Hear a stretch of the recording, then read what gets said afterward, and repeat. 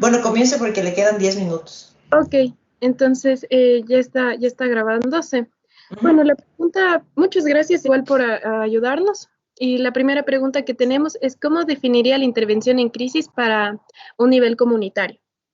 La intervención en crisis a nivel individual o a nivel comunitario tiene la misma definición, ¿no? Es un estado temporal de desorganización, en este caso de un entorno comunitario, que se caracteriza por la incapacidad que tiene un individuo de poder resolver esa situación porque es una situación a la que no está acostumbrado, o sea, es una situación que se sale de una zona conocida para esta persona y para este entorno comunitario. Entonces, considero que la definición de intervención en crisis es igual a nivel individual o a nivel comunitario, simplemente cambia el tipo de población que se ve afectada por la crisis.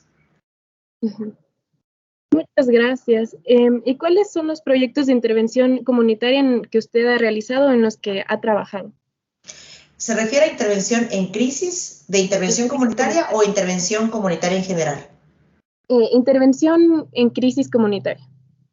Ya, en intervención en crisis he trabajado en el terremoto del año 2016, en una población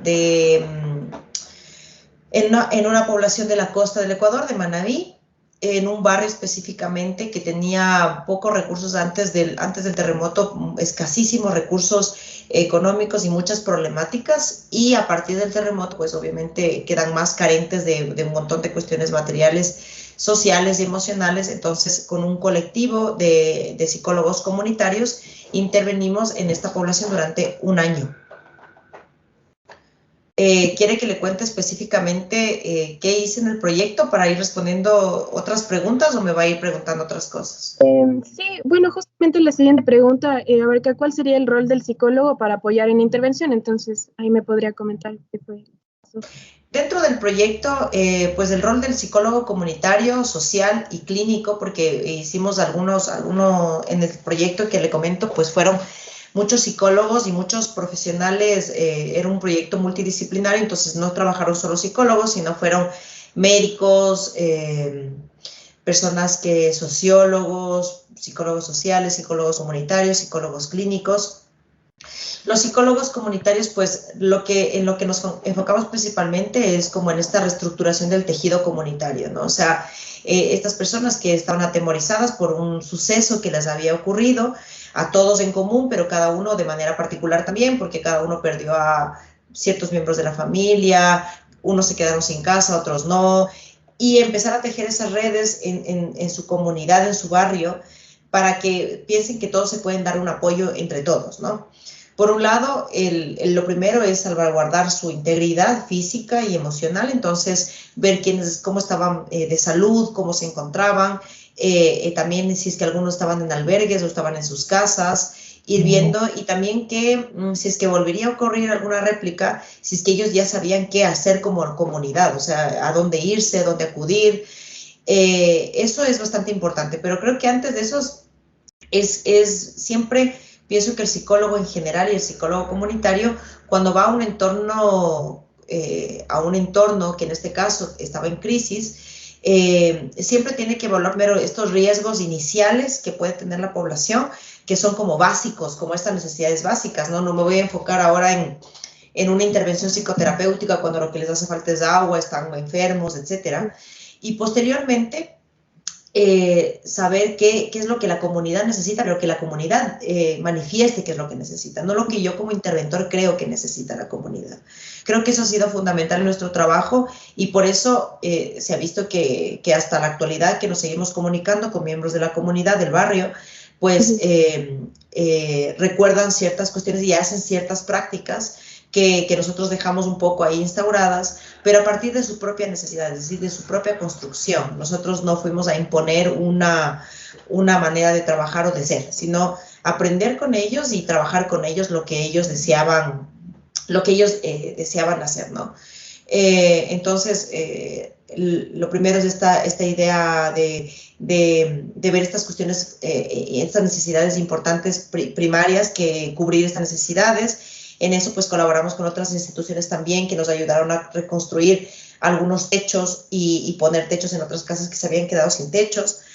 con organizaciones también internacionales y que colaboraron de manera económica.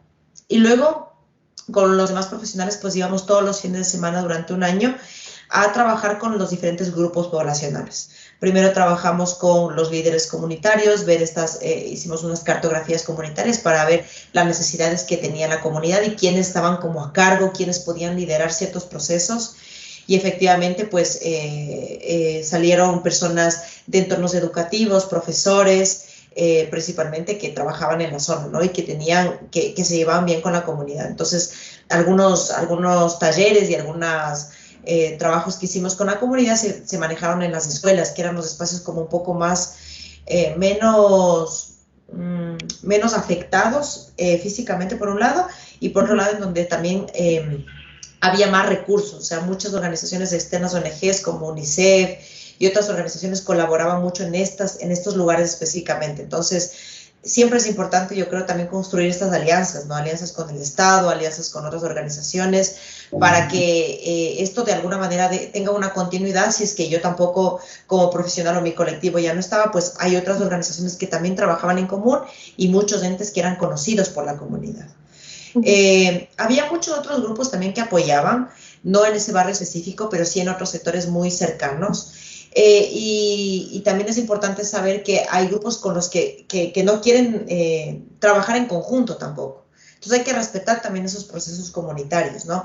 A pesar de todos estar en un momento de vulnerabilidad, creo que es el momento en donde hay ciertas organizaciones que a veces aprovechan esas vulnerabilidades para conseguir cosas de la comunidad que tal vez en otros momentos no podrían conseguir. Entonces, aquí es una reflexión a ese trabajo ético también que debemos hacer como interventores y saber que estamos trabajando con población vulnerable, con personas que han sufrido pérdidas y que justamente lo que vamos es como a restaurar algo de eso, pero saber que nuestro trabajo debe ser bien hecho, ¿no? Debe ser ético, ¿no? Para que esto no tenga una afectación posterior. También yo creo que ha sido importante actuar a diferentes niveles poblacionales, es decir, los líderes, luego hicimos un grupo de mujeres, un grupo de niños, un grupo de educadores, de todas estas personas que también eran artesanos, era un barrio que había muchos artesanos. Entonces la idea de construimos una casa comunitaria que no tenían como un espacio físico de reunión. No tenían este espacio. Entonces había un terreno que una persona donó por un espacio, por un momento, por este año. Entonces, entre todos construimos como un tipo de casa para ahí hacer los cines comunitarios, los cines foros que hacíamos de reflexión, los espacios de talleres, de unión, de organización. Este era el espacio físico de eso, ¿no? Y se convirtió en un espacio en el que la comunidad en general, pues, se apropió. Y era algo muy, muy bonito ver cómo se apropiaban de este espacio, ¿no?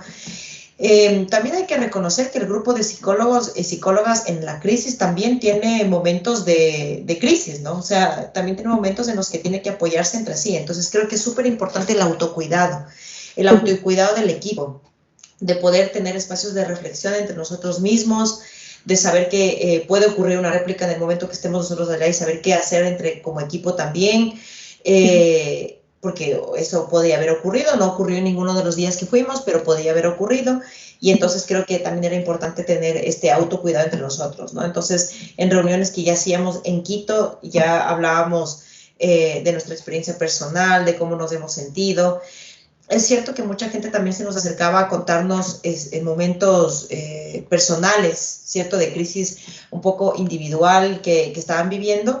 Nosotros atendíamos eso en espacios de crisis, pero no dábamos un seguimiento terapéutico, porque sabíamos que no iba a venir el mismo profesional cada fin de semana a atender a esa persona. Entonces no era como una cuestión ética el empezar a abrir espacios terapéuticos cuando no iban a ser sostenidos. Entonces eso se remitían a otros profesionales que iban a trabajar continuamente ahí, que no eran parte de nuestro colectivo. Y creo que eso sí era un planteamiento inicial cuando empezamos a hacer este trabajo de intervención. Siempre estábamos claros que el trabajo terapéutico no íbamos a llevar a cabo. Sin embargo, sí, todos tenían conocimiento acerca de los primeros auxilios psicológicos, además de que estos primeros auxilios no los llevamos a cabo directamente, porque nosotros iniciamos esta intervención en crisis, no ni bien pasó el terremoto, sino 2 meses posterior al terremoto. Entonces ya como que estos momentos de crisis expansiva ya no estaban tan a flor de piel, a pesar de que sí había muchos casos un poco complejos que sí dimos atención, como le digo, en intervenciones puntuales, ¿no? En contenciones puntuales, no en trabajo terapéutico. Si es que sigue un poco algo de las preguntas que usted me comentó, yo pienso que con relación a si es que hubo un cierto sostenimiento y efectividad en estas intervenciones, yo creo que eso depende mucho de la comunidad, o sea, depende mucho de si la comunidad se ha sentido apropiada de esta intervención, ¿no? Si ellos han considerado que ha sido pertinente. Por ejemplo, la casa comunitaria finalmente continuó, es un espacio que siguió como espacio físico y espacio de unión. Después de muchísimos años de no haber hecho una minga, ellos trabajaron en una construcción y en una restauración física, así como mirarse físicamente también uno, que esté bien, que un médico vino, les chequeó a las personas que tenían presión alta, etcétera. Así igual restauramos ciertas cuestiones del barrio físicamente que también estaban un poco mal. Y yo creo que se siguió sosteniendo, pero porque los líderes y las personas ejes como agentes clave de la comunidad permitieron y han seguido logrando que ese sostenimiento siga. Los profesores, los artesanos y algunos líderes comunitarios han continuado. Nosotros hemos hecho un seguimiento después de ese año del 2016, el 17 y el 18 fueron los seguimientos más continuos que hicimos, y luego ya no hemos hecho seguimientos tan continuos de ir a la comunidad específicamente al barrio y saber cómo está. Ya hemos visto que están, o sea, que ha habido más estabilidad desde el 2018, entonces también es importante, como yo considero, ir dejando que ese espacio se vaya apropiando de las mismas personas de la comunidad. Hemos escrito, como psicólogos además, hemos querido dejar plasmado el trabajo que hemos hecho, entonces escribimos un artículo junto con otros profesionales de la Universidad Andina para que se pueda evidenciar este trabajo que hicimos, y también la comunidad fue parte de eso, es decir, ellos supieron y leyeron y supieron de esta articulación, de este trabajo, y también con las organizaciones externas, que creo que fue muy importante, porque para poder lograr tener, digamos, los recursos económicos de construir los techos a 20 familias que logramos, pues tuvimos que hacer muchas colectas a nivel internacional y nacional, ¿no? Entonces ahí logramos juntarnos con muchas organizaciones externas en España que apoyaron económicamente también con estas colectas. Entonces había mucha gente que conocía sobre este barrio en otros contextos, y que luego tuvimos que hacer esta devolución, ¿no? Devolver y no llevarnos nada de esto, sino devolver a la misma comunidad y a todos los otros entes que también colaboraron. Entonces hicimos presentaciones también en España y en las otras organizaciones para que ellos sepan qué se hizo con esta colaboración y cómo percibió las personas, y a la misma organización y a la misma gente devolverles también esto, ¿no? Creo que eso también es importante y es parte de la responsabilidad del trabajo que tenemos como interventores y como psicólogos comunitarios. El hecho también de llegar siempre de manera horizontal, no como conocedores, no como personas que no tenemos miedo a lo que les ha pasado, sino también decir, mira, yo también tengo miedo, a mí también me preocupa esta situación. Creo que también es importante, ¿no? Tener este valor como humano, también de situarse de esta manera horizontal, porque creo que así llegamos mucho mejor a las personas. Eso es lo que le puedo comentar acerca de la intervención comunitaria que realizamos en este entorno de la provincia de Manabí. Muchas gracias, Paula. Y, por ejemplo, ¿también me podrías comentar un poquito más sobre las posibles estrategias más utilizadas en la intervención en crisis comunitaria? Ya le he comentado sobre esas estrategias, es decir, sobre lo que hemos hecho, esas son las estrategias, es decir, cómo hemos intervenido son las estrategias. Ya, muchas gracias. ¿Y cuáles serían las variantes que suelen presentarse dentro de las situaciones de emergencia con mayor dificultad en la intervención?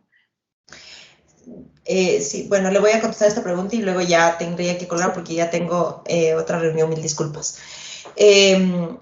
Creo que las variables dependen justamente del entorno. O sea, la crisis es una cuestión, como decíamos antes, circunstancial. No sabemos que es una cosa esporádica, no sabemos qué va a pasar. Entonces, creo que las variables dependen primero, del tipo de crisis que esté atendiendo. Si esta crisis es una catástrofe natural, pues yo nunca voy a saber qué va a pasar mañana, pasado, con relación al terremoto, por ejemplo, ¿no? Entonces, creo que uno tiene que siempre saber que pueden ocurrir cosas que van a salirse de mis manos, ¿no? En la cuestión de una catástrofe específicamente. Y por eso es que yo tengo que tener apoyo de otros entes que, por ejemplo, el gobierno en gestión de riesgos, pues ellos siempre venían cada semana a enseñarles a las personas a dónde tienen que irse por si es que ocurriría esto. Entonces, creo que por eso es que siempre tengo que, por estas cosas que yo no puedo controlar, pues es que tengo que tener apoyo de otras personas, si es que yo no vivo en el sector o si es que yo no soy parte específicamente de la zona en donde estoy trabajando. Eso le podría contar, Paola. Ok, Pablo, muchas gracias por colaborarnos. Que tenga un lindo día. Gracias, Paola, que le vaya muy bien. Igualmente.